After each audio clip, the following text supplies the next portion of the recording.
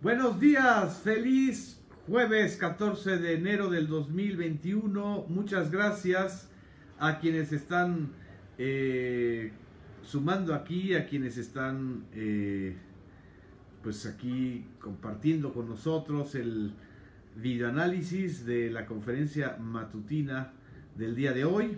Hace algunos días que luego pues no hemos podido transmitir, a veces por cuestión de las citas de trabajo, a veces porque a veces nos falla también la plataforma de Facebook, que no nos da acceso a los streamings, al Facebook Live.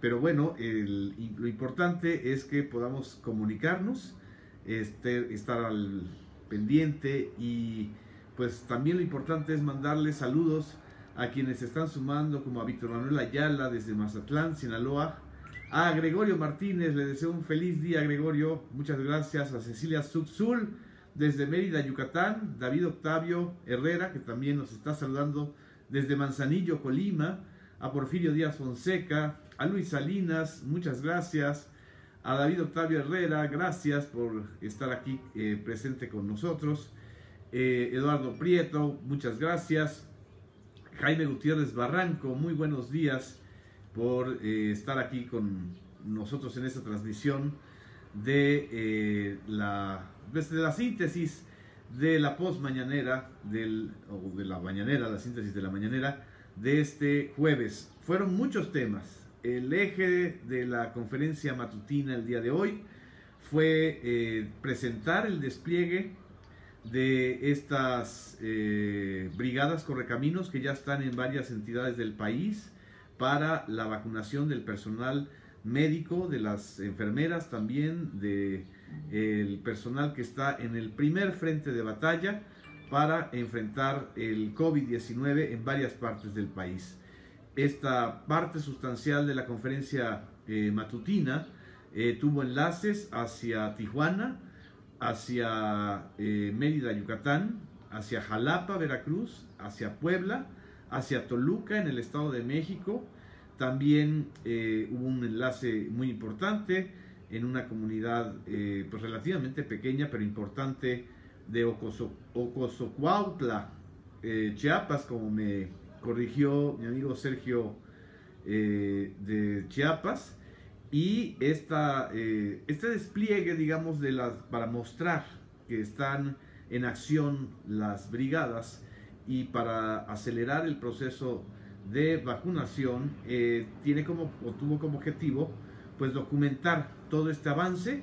México está, según la reciente, pues digamos que el conteo más reciente, en el lugar 13º en aplicación de vacunas. Ya son más de 200,000 vacunas, es lo que se mostró en toda la parte, digamos, de la conferencia matutina, con la participación del doctor Hugo López-Gatell.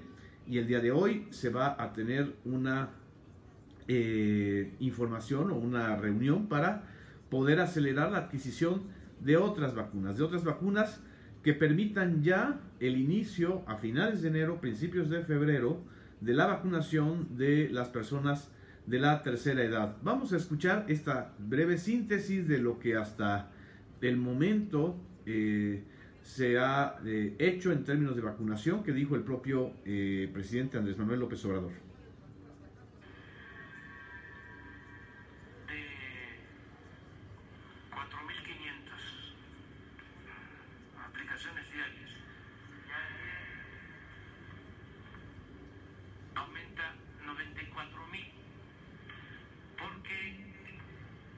De 4,000 a 94,000 por la expansión que se tuvo con todos los centros de integración también que se van a formar. El presidente aclaró que los centros de integración donde se van a vacunar a adultos mayores, y que son 10,000 centros de integración que se están desplegados en todo el país, no son edificios. No son este concepto estilo IMSS-Coplamar de que hay que hacer un un edificio, un lugar donde ahí se vaya la gente a pues atender, a recibir los servicios. No, son el concepto de comunidad integradora, es decir, de una comunidad que integre a varias otras comunidades para agilizar el proceso de vacunación pues de los próximos días.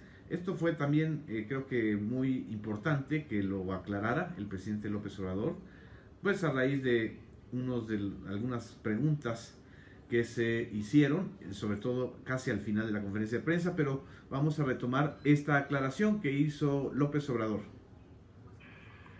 Con los ciudadanos, con las personas. Entonces es una comunidad que está ubicada de manera estratégica.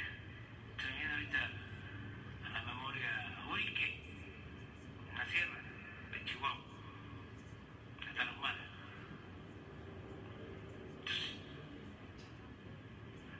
Ahí llegan otras comunidades de alrededor de Urique. Urique es el centro integrador. Ochancala, en Chiapas, hacia la Lacandona. Estas son las partes fundamentales de aclaración del proyecto de vacunación. Este jueves a las 12 del día se realizará la reunión para acelerar este proceso de vacunación y de adquisición de vacunas, no necesariamente de Pfizer, sino de otras compañías. Es lo que está pues en el centro de la atención. El otro tema, creo que fue eje de la conferencia matutina, es el debate sobre las redes sociales, sobre la libertad de expresión, sobre lo ocurrido después de la censura o del bajón a las cuentas de Trump en Twitter, en Facebook, en YouTube, en Instagram. Esta polémica que ya se ha generado, independientemente de si estamos o no de acuerdo con Trump, es decir, evidentemente Trump es un provocador, evidentemente Trump articuló una estrategia de llamado a la violencia, pero el problema más delicado en este tema de las redes sociales es que Trump sigue siendo jefe de Estado, sigue siendo el jefe de Estado norteamericano, y el cancelar sus cuentas por parte de las empresas que son las que administran Twitter, Facebook, Google, YouTube, en el caso de YouTube es Google, Instagram, que es de Facebook también, pues ha generado este debate, este descontento por el riesgo de que una empresa de manera unilateral y metaestatal o transnacional decida esta situación. López Obrador no ha quitado el dedo del renglón y planteó en la conferencia matutina que en la reunión del G20, que la primera reunión que se vaya a realizar, va a plantear esta situación porque evidentemente, como dijo el canciller Marcelo Ebrard, hay un malestar internacional. No solamente López Obrador ha expresado su descontento, ha sido el más radical, al grado de plantear la posibilidad de que los estados nacionales tengan sus redes sociales públicas y no depender de empresas.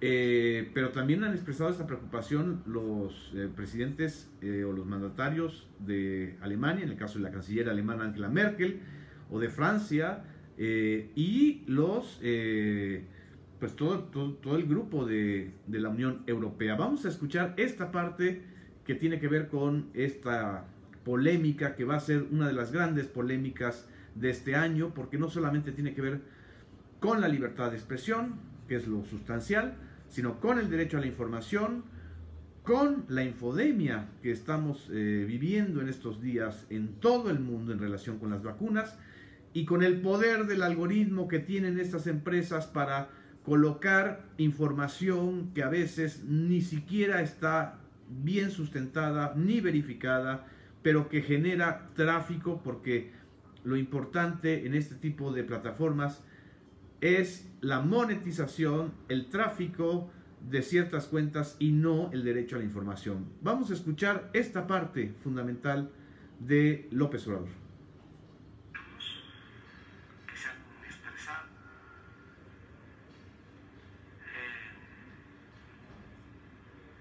Lo han hecho la canciller Angela Merkel. Expresó pues su preocupación por estas medidas de censura. Lo hizo el gobierno francés.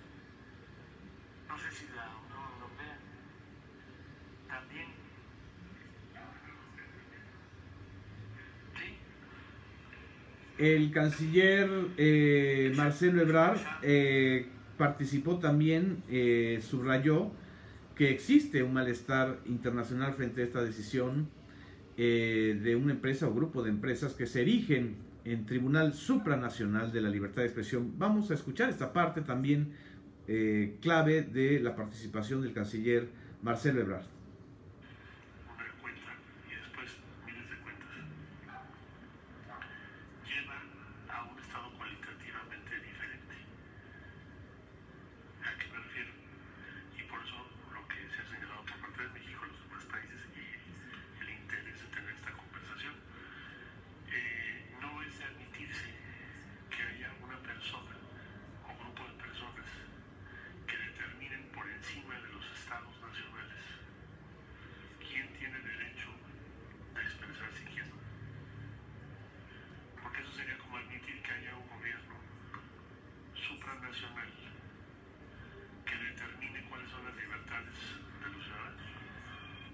Esta parte es clave porque cuando el canciller Marcelo Ebrard dice hay un salto cualitativo, quiere decir que hay un antes y un después. Hay un punto de inflexión en lo que se hizo en relación con las cuentas de Donald Trump y ya de otros grupos, no solamente por ser un personaje polémico, mediáticamente el eje de todo este escándalo que ha habido en Estados Unidos y esta montaña rusa en la que han vivido los norteamericanos desde 2016 hasta la fecha, pero el salto cualitativo es la decisión de estas empresas, la carta de Mark Zuckerberg, la decisión de decir, bueno, como ustedes firmaron ante estas empresas, aquí lo estaba recordando Paul Pellón, una serie de condiciones y están las letras chiquitas y muchas veces nosotros no nos damos cuenta de que estamos cediendo imágenes, videos como este a la propiedad de estas grandes devoradoras de metadatos. Esto pues así es, así son las reglas del juego, pero son las reglas del juego que ellos crearon. Pero aquí estamos hablando de una instancia supranacional que es muy delicada y creo que es interesante plantearlo. Aquí me están diciendo que no se oye, espero que Facebook no me esté restringiendo o censurando, pero me dice Alma Nogués que se escucha perfectamente. Este es el debate, un debate global que tiene que ver con la posibilidad de crear un ecosistema digital, pues si no radicalmente distinto, sí por lo menos complementario al ecosistema digital monopolizado ya por las compañías de Silicon Valley. Eso es lo que creo que está en el debate de este año justamente. Otro de los temas que también se ventilaron y se expresaron en la conferencia matutina fue el encuentro que el día de ayer sostuvo el presidente de la República, Andrés Manuel López Obrador, con los padres de Ayotzinapa. Fue muy importante que estuviera el general secretario de la Defensa. También importante lo que informó el general secretario de la Defensa, que está de acuerdo en que la SEDENA, la Secretaría de la Defensa Nacional, le abra las puertas al GIEI, al grupo de investigadores interdisciplinarios independientes, el GIEI, para resolver todas las dudas relacionadas con el papel del ejército en esta tragedia que ha sido la desaparición de los 43 estudiantes de Ayotzinapa y lo simbólico y lo importante que significa esto. Vamos a escuchar la parte donde el general secretario Luis Crescencio Sandoval afirma que sostendrá reuniones con los integrantes del GIEI. Pudiéramos entrevistar, o más bien que se pudiera el grupo de expertos entrevistarse, tener reuniones con la Secretaría de la Defensa Nacional, a lo cual ya el señor presidente nos dio la instrucción dentro de ese mismo marco de apertura de estar con ellos las veces que se requiera para que puedan tener toda la información, ver lo que tengan que analizar y de tal manera que la institución no se tenga esa percepción de que estamos ocultando cosas, ¿no? Que sean ellos quienes establezcan qué es lo que necesitan y la institución se los proporcionará como lo requieran. Este es un salto cualitativo también, que el grupo interdisciplinario de expertos independientes pueda tener esta interlocución directa con el general secretario de la Defensa. Durante todo el sexenio anterior de Peña Nieto era la negación absoluta a abrir a la Sedena la información que estaban reclamando los investigadores independientes. Esto también es parte del debate de hoy. El propio canciller Marcelo Ebrard también informó que el proceso de extradición de Tomás Herón, que está ahorita en Israel, va a ser un proceso largo, un poco tardado, porque Tomás Herón, acordémonos que Tomás Herón es el famoso Tomás Sembrón, señalado, acusado de obstrucción de la justicia, de fabricación de pruebas, de haber sembrado las evidencias en el río Cocula para poder articular una verdad histórica que ahora ya sabemos que es la gran mentira histórica en relación con Ayotzinapa. Y cuántas mentiras históricas no estarán encubiertas en ese acto que hizo Tomás Herón para inducir la idea de que solamente el cártel de los Guerreros Unidos fueron los responsables de la desaparición y del homicidio en masa, que ese es el tema, el genocidio que cometieron contra los 43 estudiantes de Ayotzinapa, según la narrativa del sexenio pasado. Lo que aquí hay que destacar es que Tomás Herón es culpable, es responsable, está en Israel, está pidiendo asilo político porque se dice perseguido político. Creo que eso es uno de los ejes fundamentales de lo que se abordó en la conferencia de prensa, también a pregunta de los reporteros. También la violencia en Guanajuato. Guanajuato, esta entidad que hoy fue mencionada 2 veces por el presidente de la República en 2 situaciones distintas. Guanajuato, gobernada por el PAN desde hace más de 20 años, está a la cabeza de las entidades con mayor número de suicidios. El 19%, la quinta parte de los suicidios que se cometieron el día de ayer, y como se han cometido el día de antier, y como todas las semanas, prácticamente es una constante que Guanajuato sea la entidad de las 32 del país que concentra el 20%, la quinta parte de los homicidios nacionales, y que no tiene la quinta parte de la población nacional, lo que está hablando de una descomposición, de una incapacidad de las autoridades estatales, federales y municipales para enfrentar este panorama terrible de lucha de cárteles, cártel de Santa Rosa de Lima contra el cártel Jalisco Nueva Generación, pero sobre todo este punto que dijo López Obrador, que fue, creo que muy importante, el abandono deliberado del Estado de ofrecer servicios, educación pública para la juventud, porque además lo mencionó en la conferencia de prensa, las fosas que se están encontrando en Guanajuato, esta historia terrible de horror, en las fosas está en su gran mayoría gente joven, gente que no tuvo posibilidad de empleo, de no estar en el mundo del narco, y no como dicen los calderonistas, están ahí porque quieren, están ahí porque son malos, están ahí porque les gusta la maña. Esa es simple y sencillamente la justificación de los genocidas.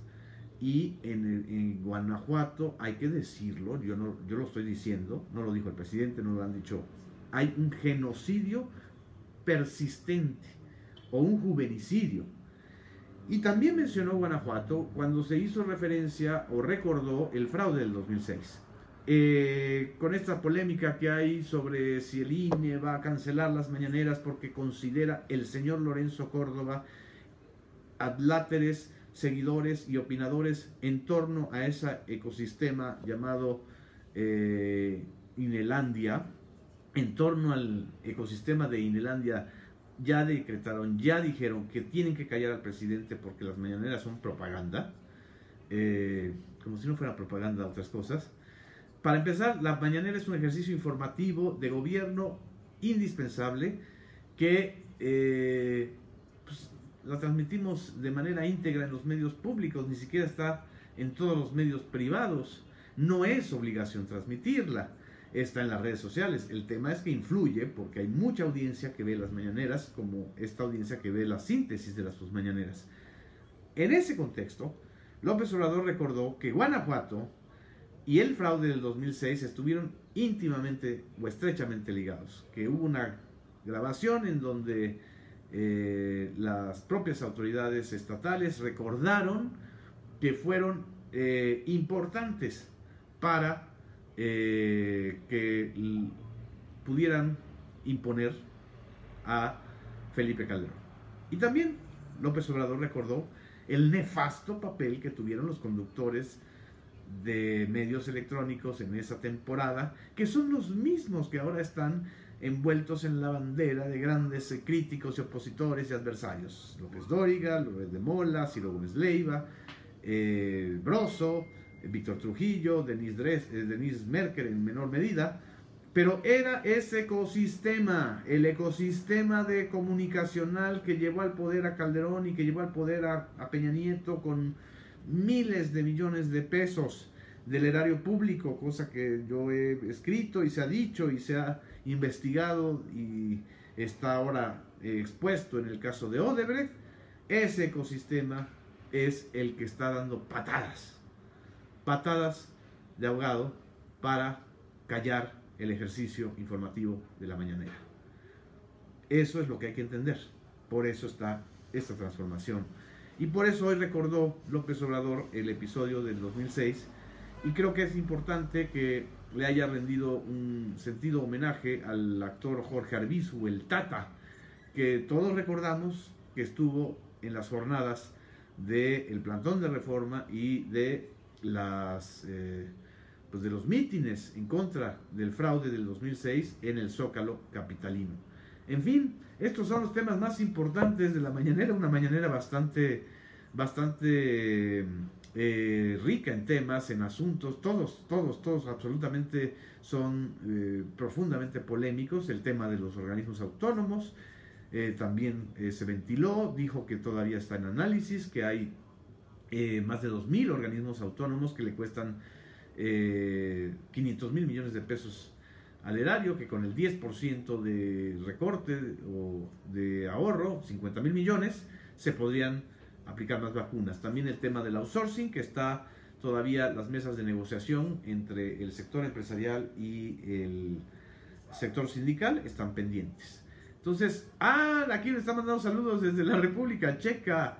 Qué bueno, Alfonso García, que nos estás viendo desde República Checa con frío. Aquí hay menos frío seguramente en la Ciudad de México que en la República Checa, pero te agradezco muchísimo tus saludos y que hayas podido contactarnos. Aquí estamos haciendo el resumen de lo que pasa en la mañanera y lo que pasa en tu patria. Ixtla Power dice, el Lencho Córdoba debe salir del INE. Tampus Fuji, el problema es que Lorenzo Córdoba está al servicio del PRIAN y no nos da confianza. Hay muchos mensajes. No a la censura que propone el INE, dice David Santini. Saxter Guarneros da una observación importante. Guanajuato es un estado fallido desde hace décadas. Sobre el caso de Ayotzinapa, Mari Carmen Ortiz dice, así es, una mentira trajo a otra en el caso de Ayotzinapa, además de un procurador cansado.